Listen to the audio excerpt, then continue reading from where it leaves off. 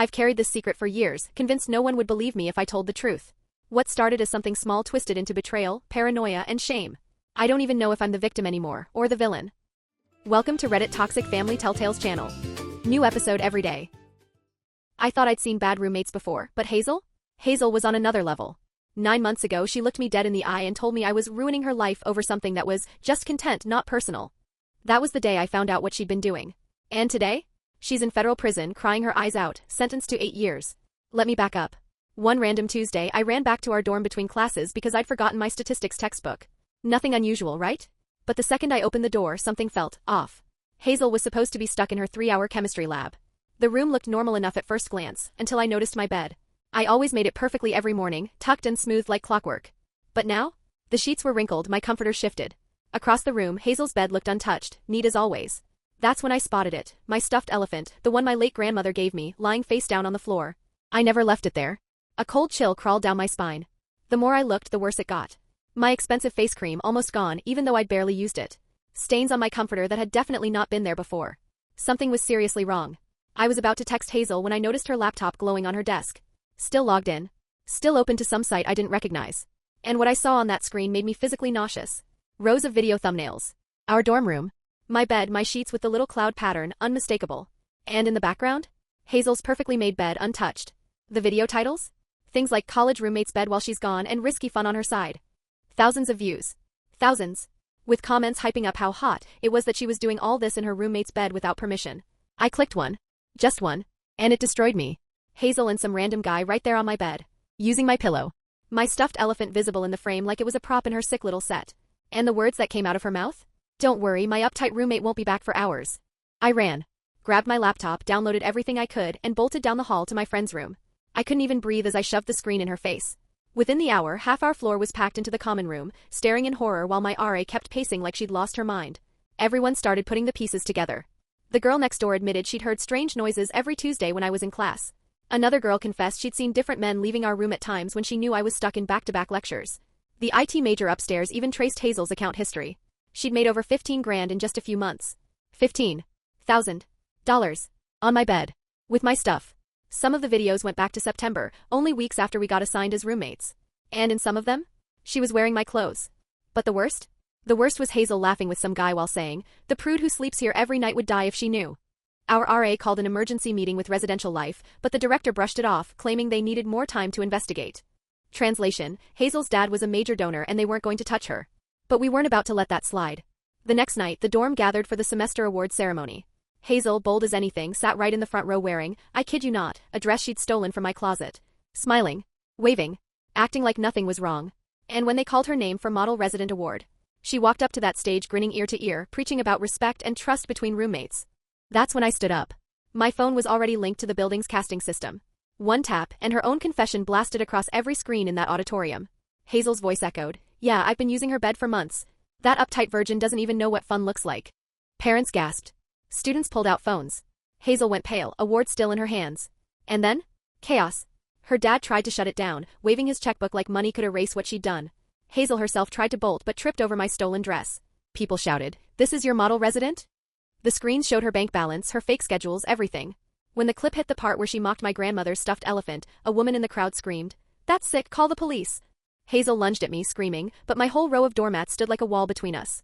Her father threatened lawsuits, the director tried to cut the feed, but students blocked him, demanding people see the truth. The crowd started chanting justice for victims while Hazel shrieked, "That money was mine.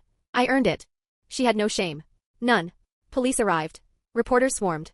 The story exploded across campus and then across the country. By the next morning, Hazel's things were boxed up in the hallway with an eviction notice taped on top. Internal emails leaked showing the administration knew but kept quiet because of donor money. My dorm RA cried, apologizing for not pushing harder when I first came to her. But it didn't stop there. Security found hidden cameras Hazel had planted in the hallway to track when people left their rooms. Other girls came forward with similar stories. Lawyers reached out. One, Lillian Archer, took my case pro bono, warning me, this wasn't just a housing violation. These were federal crimes. Each video Hazel made was a separate count. Each one carried real prison time. And sure enough, weeks later I saw her on CNN. Designer clothes, sunglasses, trying to hide her face as police dragged her away from her parents' mansion. Her mugshot didn't show the smug, untouchable girl who thought she'd get away with it. It showed fear. Hazel ended up facing 47 counts, invasion of privacy, illegal recording, profiting from it. Digital uploads meant federal charges. That $15,000? Evidence now. And the men who bought those videos? About to have very awkward conversations with investigators. The fallout was huge. Other campuses across the country rushed to check dorms for hidden cameras. Universities were forced to admit they'd been ignoring complaints to protect their reputations. And me? I was left trying to put my life back together, writing therapy impact statements about the paranoia, the disgust, the betrayal of seeing my grandmother's elephant used as a prop in her crimes. And now, Hazel, the girl who once told me I was overreacting, sits in prison. 8 years. So tell me, who was the worst roommate you ever had? Hazel thought things couldn't get worse after the awards night disaster. She was wrong. At her bail hearing, the prosecutor dropped a bomb. Hazel hadn't just been targeting me. She'd kept a whole spreadsheet, yes, an actual spreadsheet, tracking other girls' class schedules, systematically recording when different dorm rooms would be empty, rating them for potential, making notes about which beds would look best on camera. The judge's face hardened instantly. He set her bail at $100,000 and banned her from stepping foot on any college campus in the entire state. Felix, her dad, the donor with deep pockets, posted it on the spot. But Hazel didn't walk away free. She left court with an ankle monitor strapped to her leg, confined to her parents' mansion except for legal meetings. The Dodsons tried to bury it all, of course. Their lawyers reached out offering quiet settlements, money to make me disappear. But Lillian, my lawyer? She didn't flinch. She said, absolutely not. We're going public with a civil suit. And she meant it. Once other victims joined, the Dodsons weren't just facing embarrassment. They were staring down millions in damages. 3 months later, the criminal trial began. Hazel walked in wearing this conservative little suit, hair pinned back, trying to play innocent. But no one was buying it. Her attorney even stood there and tried to argue it was performance art. That she was exploring themes of intimacy and privacy in the digital age. The prosecutor actually laughed out loud before apologizing to the judge. When it was my turn to testify, I thought I'd crumble. But seeing Hazel hunched at the defense table, suddenly smaller than she'd ever been, gave me strength. I told the jury everything, how I'd found those files that Tuesday, how she used my grandmother's stuffed elephant as a prop, how she'd stolen the one place I should have felt safe. I explained how I couldn't sleep without checking for cameras, how I'd thrown out every stitch of bedding and clothes I owned. Hazel never looked at me. Not once. For the first time, she didn't look smug. She looked ashamed. The jury didn't take long. 3 hours of deliberation and they came back with guilty verdicts on every single count. Hazel collapsed into tears when she realized this wasn't another daddy bailout. She was actually going to prison. Felix stormed out, shouting about appeals and vengeance, while Hazel's mom, whom I'd never even seen before, quietly brushed past me, whispering just one word, sorry, before Felix yanked her away. The judge didn't rush. He went through every charge one by one. And when he reached the part about my grandmother's elephant, his voice tightened. The defendant showed calculated cruelty, he said, using an object of deep personal meaning as part of her exploitation. Hazel shrank in her chair, staring at the floor. When the sentence finally came, the courtroom froze. 18 months in prison. 3 years probation. And mandatory registration as a sex offender. Hazel let out this raw animal cry that rattled me to my bones. Her lawyer had to hold her upright. Felix erupted, screaming it was just college pranks and that we'd ruined his daughter's life. The judge had him thrown out of the courtroom. Hazel's mom stayed seated. And I swear, she looked almost relieved. Like maybe, finally, her daughter would face consequences money couldn't erase. Once the criminal case ended, we went full steam on civil court. And Felix tried everything, said I'd implicitly consented by sharing a room. Claimed my trauma was exaggerated. Even hinted I'd known all along. But Lillian had receipts. Therapy bills. Photos. Witness testimony. And then she played her trump card, evidence Hazel had been doing this in high school too. Hidden recordings in locker rooms. That revelation broke the Dodsons' defense wide open.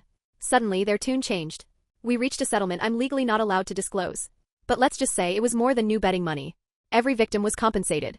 Enough remained to fund a campus safety initiative for years. And best of all? No NDA. Hazel's family had to sign, knowing this story would follow them forever.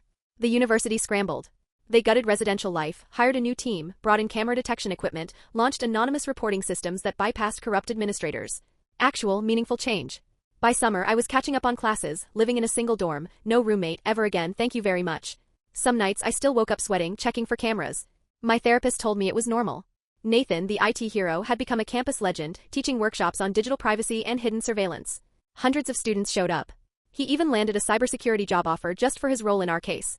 Messages started pouring in from other schools. Girls thanking me. Saying my story gave them the courage to report their own situations. One girl from Ohio told me she'd been too scared to speak up about her roommate's boyfriend constantly hanging around. After hearing about Hazel, she went to her RA. Turned out he'd been stealing her underwear. It hit me hard. But it also proved this fight mattered. I heard Hazel eventually got a job at her dad's company. Filing papers in the basement. Her sex offender status meant no one else would touch her. Co-workers wouldn't even eat lunch with her. And honestly, for half a second I felt pity. Then I remembered her laughing about my prude bed. That pity evaporated. The university even put up a plaque outlining the new policies that came directly from our case. My name wasn't on it, but I knew. Every incoming freshman had to attend privacy and consent training now. And when I finally worked up the courage to speak at one of those seminars, 5 girls approached me afterward, saying they'd check their rooms carefully now. That made it worth it. Arya, who stood by me through everything, became my closest friend. We eventually got an apartment together off campus. We turned our trauma into inside jokes. I'm going to class now. I shall respect your space and not film anything weird. Dark humor, yeah, but healing too. The anniversary of discovering the videos was rough. I thought I'd be okay. But I wasn't. I spiraled. Arya ditched her classes that day, stayed in with me, fed me ice cream, and reminded me I wasn't alone. Then came graduation. I walked across that stage, cap and gown heavy on my shoulders, the roar of students cheering me on. People I didn't even know clapped like I was a hero. The new residential director shook my hand and whispered, "Thank you for making this place safer." My parents cried. Even my dad, the man who never shows emotion, wiped his eyes. They'd carried their own guilt, their own anger at the system. But that day, all they felt was pride. Afterward, a filmmaker reached out. She wanted to turn my story into a documentary. At first, I said no. I was exhausted. But then she told me 3 other universities had already changed policies because of Hazel's case. Maybe one more telling would help more people. When they filmed, everyone spoke. Nathan walked through the digital evidence with his laptop, proudly explaining how he kept the truth playing at that award ceremony. His thesis paper about it ended up published in a cybersecurity journal. And then came the interview with the former residential director, the man who'd buried the first complaints. He thought it would repair his reputation. Instead, he confessed on camera. Admitted he'd prioritized donor money over student safety. Even cried, saying he'd failed in his duty. I didn't feel sympathy. Not for him. Not for Hazel. Not for any of them. Because this wasn't just a dorm room scandal. This was a wake-up call. 6 months after graduation, I found myself working at a nonprofit that supported college students dealing with privacy violations. Funny thing is, it wasn't the career I'd pictured for myself. I'd been on the pre-law track, aiming for something traditional. But after everything with Hazel, there was no way I could ignore this kind of work. I couldn't imagine doing anything else. The calls we got were heartbreaking. Shaking voices on the other end, kids who just found hidden cameras, or who suspected their roommate was crossing boundaries in ways they didn't even want to say out loud. I'd walk them through the steps, who to call, what evidence to save, how to protect themselves. Sometimes I'd recognize my own panic in their voices and I'd tell them directly, "I've been there. I know what it feels like. And you're going to get through this." The civil settlement had wiped out my student loans and let me put a down payment on a modest apartment. Nothing fancy, but it was mine. No key copies floating around. No one else deciding when my space was theirs. I thought that would fix everything instantly. It didn't. I still checked corners and vents for cameras, still woke up at night convinced I was being watched. My therapist said it might take years, and some days it felt like maybe it never would. But then I'd get a message from someone saying my story gave them the courage to fight back, and it reminded me why I'd gone public. Arya and I stayed close even after she moved across the country for grad school. We had this never-ending text thread, sending each other the most ridiculous roommate horror stories we could find. We always ended them the same way, at least they didn't film porn on your bed for money. Dark humor was how we coped. She was still the only person who really understood why seeing cloud pattern sheets in a store could ruin my whole day. Then the documentary came out. They called it The Roommate's Bed. Sensational, sure, but the filmmaker swore it would draw eyes, and she was right. At the premiere, sitting in that theater watching my story play out, I thought I was prepared. But when the footage of Hazel at the ceremony filled the screen, her face pale as the video started, it hit me all over again. The Q&A after was brutal. "Have you forgiven Hazel?" "No. Do you still have nightmares?" "Yes." "Do you regret going public?" "Not for a second." One woman stood up crying, saying her daughter had gone through something similar, but her school convinced her to stay quiet. She thanked me for proving that fighting back was possible. I excused myself after that, locked myself in a bathroom stall and sobbed. When the film hit streaming platforms, everything exploded again. My inbox flooded, supportive messages, pleas for advice, and of course, creeps who missed the point entirely. I went private on social media. Changed my number. Even expected it, the filmmaker had warned me, but knowing didn't soften how invasive it felt. Then I found out what Hazel was doing. Screenshots came my way from a support group for sex offenders. She was posting under a fake name, but the details gave her away. She whined about being the real victim, about how her vindictive roommate had ruined her future. She even said she couldn't go to Starbucks without being recognized. No accountability. None. Felix tried suing the documentary team for defamation. It backfired spectacularly. The film only used court records and voluntary interviews. His lawsuit just gave it more publicity. It trended across 3 platforms. Someone leaked he'd burned over $1 million on legal fees trying to bury it, and his company's stock was tanking from the constant bad press. A year later, I was at a victim advocacy conference when I ran into Cameron Wong. She'd gone to law school because of everything that happened, specializing in victims' rights. Over coffee, we talked for hours about how one nightmare semester had rerouted both our lives. She told me she was pushing legislation to make what Hazel did a specific felony with mandatory minimums. "No more plea deals, no more daddy's money," she said. And she pulled it off. I stood there months later, watching the governor sign that bill into law. They didn't call it Hazel's Law officially, but everyone knew. 3 years after graduation, I was speaking at a training for new RAs at a different school. I'd gotten good at these talks. Educational but blunt. Making sure they understood, their loyalty wasn't to the institution, it was to the students. One RA asked what happened to Hazel. I told the truth. She was still stuck in her father's basement company job, still on the registry, still with years of probation left. She'd even tried to change her name, but the judge shut it down. Then someone in the back raised their hand. I went to high school with Hazel, she said. My stomach dropped, ready for some defense. Instead, she was creepy back then too. She got caught filming in the locker room, but her dad made it go away. We tried to warn people when she went to college, but nobody listened. The room went dead silent. That revelation triggered a new investigation. 3 more victims from high school came forward, and Hazel was charged in another state. Felix tried his checkbook routine again, but those prosecutors weren't buying it. Hazel pled guilty to avoid another trial. 2 more years probation, and her registry now covered multiple states. Eventually, my old university invited me back for a ribbon cutting, dedicating a new center for student safety. At first I wanted to decline. That campus still haunted me. But Arya flew in to go with me, and I stood there with those ridiculous oversized scissors, cutting a ribbon that symbolized change I'd helped force into existence. I thought about that Tuesday. I almost skipped grabbing my textbook. How my life would be if I hadn't walked in. Then I looked at the crowd, students who would now be safer because of all this, and I knew. I wouldn't undo my response, not for anything. 5 years out now, I run an entire department at the nonprofit. We've helped hundreds of students. Dozens of predators expelled or arrested. Laws changed in 12 states. My therapist says I turned trauma into purpose. And maybe that's exactly what I did. Hazel? She violated probation again. Tried emailing another victim, rambling about how we owed her an apology. That earned her another 6 months in jail and extended probation. Felix had a heart attack during the fallout, survived, but shareholders finally pushed him off the board. Nathan became a recognized expert witness in cybercrime cases. He texted me after helping convict another creep, another one down. You started something big. Sometimes I Google myself. Articles, the documentary, think pieces about victims' rights. It's strange being known for the worst thing that ever happened to me. Some days I wish I could have just been a normal student with normal problems. But then an email comes in from some scared 18-year-old asking, what do I do? And I reply immediately, step by step, making sure they know they aren't alone. That's the thing about trauma. Once it goes public, it stops being just yours. It becomes a reference point, a rallying cry. And when I feel small again, when the paranoia eats at me, I try to remember that girl in the auditorium, hand hovering over the button. She pressed play. She didn't know she was about to change laws, inspire victims, and drag an entire system into the light. She just knew she wasn't going to let Hazel lie her way into being celebrated. And she was braver than she ever realized. Thanks for watching. Today's train wreck is over, but tomorrow's ride is already on track. Subscribe so you don't miss it.